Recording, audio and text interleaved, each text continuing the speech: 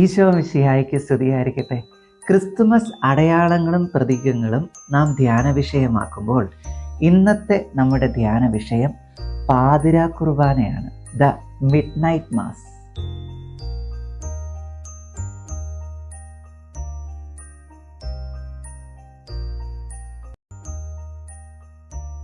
പാതിരാ കുർബാനയെ മാലാഖമാരുടെ കുർബാന എന്ന് വിശേഷിപ്പിക്കാറുണ്ട്.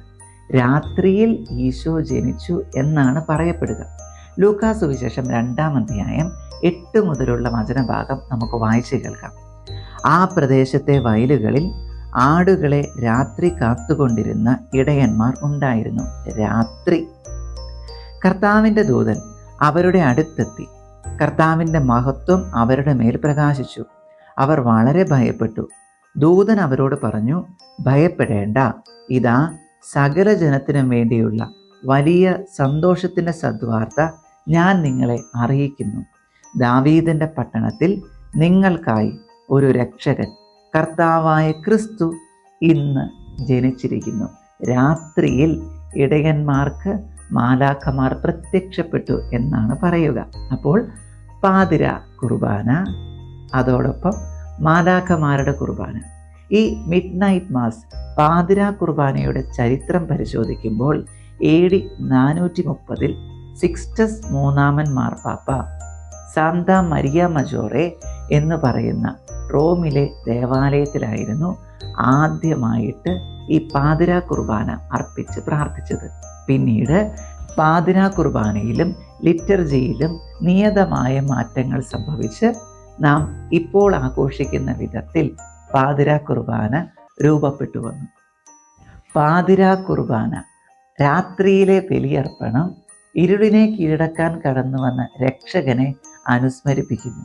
യെശയ്യാ പ്രവചനം 9:2 അന്ധകാരത്തിൽ കഴിഞ്ഞിരുന്ന ജനം മഹത്തായ ഒരു പ്രകാശം കണ്ടു. കൂരിരുട്ടിൻ്റെ ദേശത്ത് വസിച്ചിരുന്നവരുടെ മേൽ പ്രകാശം ഉദിച്ചു. നമുക്ക് പ്രാർത്ഥിക്കാം.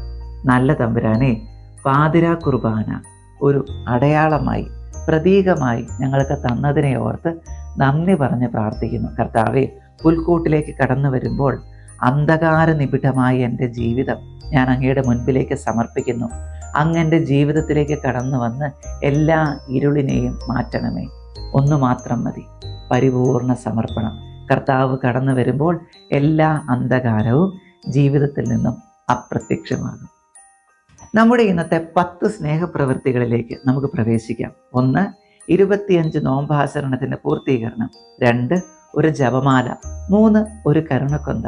4, നാം ഇന്ന് പൂർത്തിയാക്കുന്ന സുഹൃതം. മുട്ടുകുത്തി നിന്ന് 3 പ്രാവശ്യം വിശ്വാസ പ്രമാണം ചൊല്ലി കുഞ്ഞുമക്കളുടെ ദൈവസ്നേഹത്തിലുള്ള വളർച്ചയ്ക്ക് വേണ്ടി നമുക്ക് പ്രാർത്ഥിക്കാം.